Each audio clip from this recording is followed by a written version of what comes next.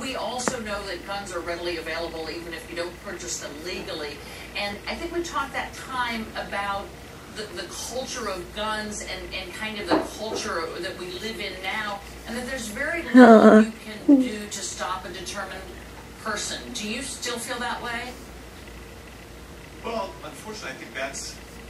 Can you put on a music channel or something? I mean, He's listening to us. You can't really argue those facts that what you can do is expand your capacity, your framework within a state or within the country to have more people paying attention and trying to detect folks that are... I think rabbits go in our yard because we hardly ever cut it. Trying to catch them at a certain level, but certainly the culture of violence and look at the level of violence in our media, video games, the depiction of these assault weapons again and again. There might well be some direct connection between people who have a mental instability, and they when they go over the edge, they transpose themselves. They become part of one of those video games, and perhaps that's why all these assault weapons are used.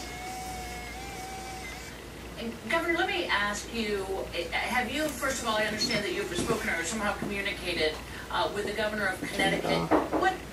What does this town, this state...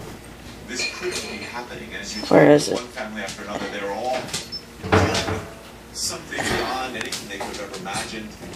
You know, it's the worst thing they will ever see in their lives. One person after another.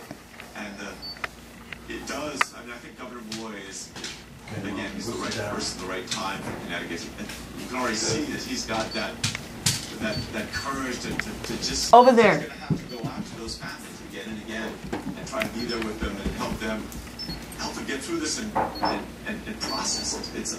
It's just unspeakably hard. But you can't, there aren't words. I just don't even know how to put it in words. Okay, it's moving. The dog might bark. And, you know, as a governor, these are constituents, but not necessarily families you knew, and yet you're kind of playing this key role. So in the months since the Aurora Theater shooting, does your office continue to speak and try to help those families, and what are those needs in there? Well, in varying degrees, certainly there was a fund set up to try and provide support and resources to the families of the victims and to the wounded victims, and that process was challenging itself, right? Money can't